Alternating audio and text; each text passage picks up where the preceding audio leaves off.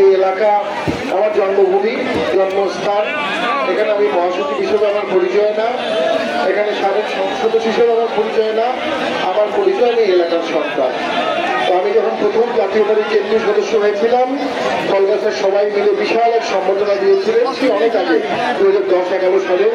তারপরে মেঘে মেঘে অনেক বেলা হয়েছে, অনেকবার ভোট করতে হয়েছে, প্রত্যেকবার আপনারা এক কেজিয়া ভোট আমাকে দিয়েছেন। আমি আপনাদের মধ্যে কৃতজ্ঞ।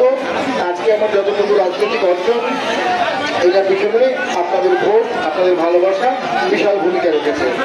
দেশ অত্যন্ত সংকটময় অবস্থায় আছে, যুদ্ধ অবস্থার দিকে যেতে পারে, গৃহযুদ্ধ হতে পারে, ভোট অনিশ্চিত, রাজনৈতিক দলের ভবিষ্যৎ অনিশ্চিত। সেখান থেকে সামনে সঠিক রাজনীতি দেখার মতো সঠিক কোনো নেতৃত্ব আমরা দেখতে পাচ্ছি না।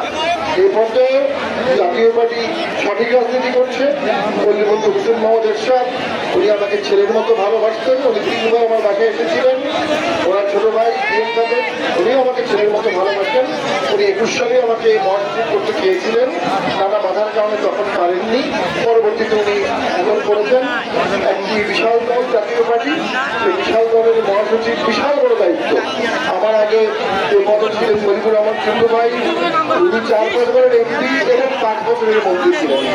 তার আগে ছিলেন জিয়াউদ্দিন বাবলু, উনি 27 বছর বয়সে মন্ত্রী হয়েছিলেন, ডাকসুর জিএস ছিলেন। তার আগে ছিলেন নুরুল আমিন হাওলাদার, উনি 2 বার মন্ত্রী ছিলেন, 5 বার এমপি ছিলেন। তার আগে নাজুর রহমান মন্ত্রী ছিলেন, আনোয়ার হোসেন মন্ত্রী ছিলেন, অধিকবার রাজনীতিবিদ। তাদের পরিক্রমায় আজকে আমি মহাসচিব। বিশাল দায়িত্ব আমি পালন করতে পারবো কিনা জানি না, তবে আমি আপনাদের সাথে আছি, পাশে আছি, থাকবো। আমার বিশ্বাস আপনারা আমার পাশে আছেন, থাকবেন। বাংলাদেশে এখন অনেক কিছু আছে, প্রকৃত রাজনীতিবিদ নাই। আমরা এই প্রকৃত রাজনীতিবিদ তৈরি করতে চাই দেশ বাঁচাতে। এই এলাকায় আমি যখন সংসদ সদস্য ছিলাম, চেষ্টা করেছি প্রত্যেক মসজিদে টাকা দিতে, চেষ্টা করেছি প্রত্যেক স্কুলে যেগুলো ভবন নাই ভবন করতে, ছোটখাটো রাস্তাগুলো করেছি। 1800 কোটি টাকার কাজ করেছি, 1800 কোটি টাকার কাজ। একটা বড় ব্রিজ, একটা বড় বাঁধ।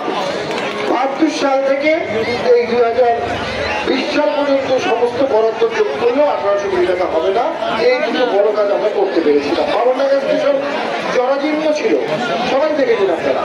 আমার সময় সেটা আমরা সুন্দর করে সুরক্ষিত স্টেশন করেছি। আরো অনেক কাজ করতে হতো, অনেক কাজ করতে পারিনি। আমরা মনে করি যে কোভিডের সময় ছিল 2 বছর, সামনে দিনগুলো রাজনৈতিক পথ কোন দিকে যায় গভীরভাবে আমরা লক্ষ্য রাখবো। এলাকার শান্তি শৃঙ্খলা বজায় রাখা সবচেয়ে গুরুত্বপূর্ণ। কেউ যেন কোনো মিথ্যা মামলায় না পড়ে, কারো যেন হানাহানি না হয়, সকলের শান্তিতে থাকি, এটা আমাদেরকে সবাইকে নিশ্চিত করতে হবে। সবাই আমাকে একটু দোয়া করবেন। আসসালামু আলাইকুম।